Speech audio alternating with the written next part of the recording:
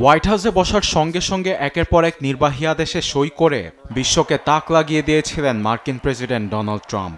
প্রতিশ্রুতি দিয়েছেন কঠোর পররাষ্ট্রনীতিতে যুক্তরাষ্ট্রের জন্য অপেক্ষা করছে এক সোনালী অধ্যায়।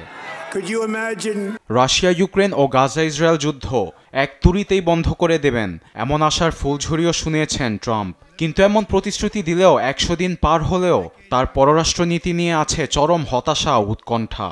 এ নিয়ে রোববার এক প্রতিবেদন সামনে এনেছে CNN।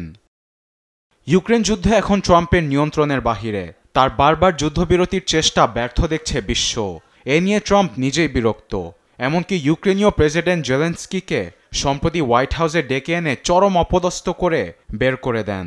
শান্তি আলোচনায় মস্কোয় দূত পাঠিয়েও পুতিনকে বোঝাতে পারেননি।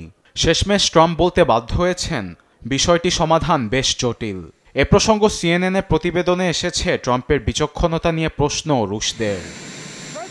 অতিরিক্ত শুল্ক চাপিয়ে বিশ্ব বাণিজ্যকে নিয়ে গেছেন হযবরল পরিস্থিতিতে।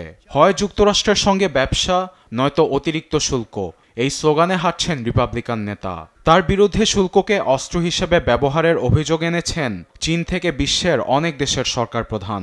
চীনে অতিশুল্ক আরোপে প্রেসিডেন্ট শি দুর্বল হয়ে পড়বেন এমন ধারণা ছিল ট্রাম্পের। এসব ভুল প্রমাণ করে পাল্টা শুল্ক আরোপ করে বেইজিং। শেষমেশ পিছু ওঠেন মার্কিন প্রেসিডেন্ট। এ ঘটনায় ট্রাম্পকে মুরগি আখ্যা দেন দ্য ফিনান্সিয়াল টাইমসের কলামিস্ট রবার্ট আর্মস্ট্রং। গাজা যুদ্ধে একদিকে ইসরায়েলে অস্ত্র সরবরাহ, অন্যদিকে আলোচনা চালাচ্ছেন। ট্রাম্পের এমন বহুরূপী অবস্থানে উপত্যকায় দীর্ঘ হচ্ছে লাশের মিছিল। এই যুদ্ধকে নিজের রাজনৈতিক ফায়দা নিচ্ছেন নেতানিয়াহু। ট্রাম্প নিজেকে যতটা শক্তিশালী ও বিচক্ষণ দাবি করে আসছেন, তিনি আসলেই ততটা নয় বলে চীন ও রাশিয়া বিশ্বের সামনে প্রমাণ করেছে। তার পররাষ্ট্রনীতি অদূর ভবিষ্যতে আরও বিপর্যয় ডেকে আনতে পারে বলছেন বিশ্লেষকরা। আরবেদ আফসার, নিউজ ডেস্ক, দেশ টিভি।